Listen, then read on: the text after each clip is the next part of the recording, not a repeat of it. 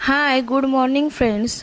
तर माझी सकाळ तुमच्यासारखीच पूर्ण दिवसाचं प्लॅनिंग करून होते. इकडे आथंगची चुळबुळ चालू होती. मी पटकन आंघोळ केली आणि दिवाबत्ती केली. त्यानंतर लगेच स्वयंपाक करायला घेतला. ऑफिसला जायचं होतं, ऑफिसला तर जावंच लागणार होतं. मग पटकन इकडे स्वयंपाकासाठी कणिक मळून घेतली.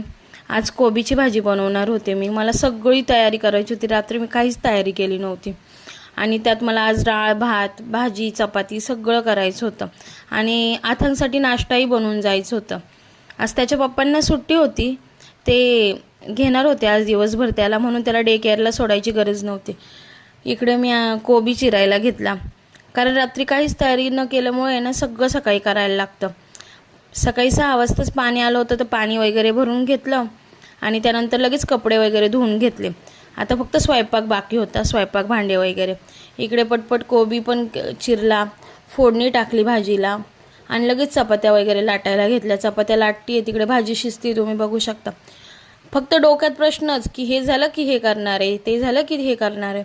स्वयंपाकाबाबतीत हे पटपट आवरून आथांगला खाऊ पिऊ घालून ऑफिसला जायचं, एवढेच विचार असतात सकाळी. इकडे किती पटपट चपात्या लाटत होते, काय सांगू. इथे दाखवते त्यापेक्षा कमी स्पीड होता. जर खरंच असं पॉसिबल झालं असतं तर किती छान झालं असतं. 2x मी चपात्या लाटल्या आणि माझा स्वयंपाक असा क्विकमध्ये झाला. पण असं काहीच नाही होता. सकाळी एवढी गडबड असते, त्यात एक एक काम वाढत जातं. इकडे तांदूळ साफ करून घेतले, तांदूळ धुतले स्वच्छ. इकडे लगेच कढई उतरली, भाजी झाली होती म्हणजे, आणि मग भात ठेवला शिजायला. भात ठेवला. इकडे आथांगसाठी पाणी वगैरे तापत ठेवायचं होतं. कामांची गडबड ना नको नको वाटते सकाळी सकाळी. पण हा माझ्या किचनच्या खिडकीतला व्ह्यू बघून ना मन फ्रेश होतं. काय नाही, छान छान फुलं आलेली असतात, बरं वाटतं बघून. इकडे लगेच डाळीला फोडणी टाकली.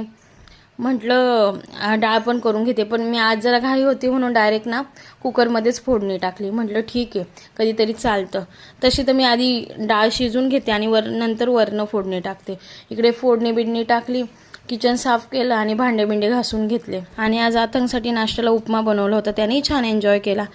त्याला खाऊ घातलं आणि त्याची बडबड चालली होती, काय तर उपमा छान झालाय, खाऊ छान झालाय. एक वेळेस त्याचे पप्पा कधी रिॲक्शन देत नाही की भाजी कोणती कशी झाली, पण तो नेहमी आवर्जून सांगतो. त्याचबरोबर ऑफिसवरून रात्री आले. आज दीप अमावस्या होती म्हणून कणकेचे दिवे वगैरे केले आणि इकडे आथांगला ओवाळायचं चाललं होतं. इकडे बघितलं का आमची पूजा कशी असते.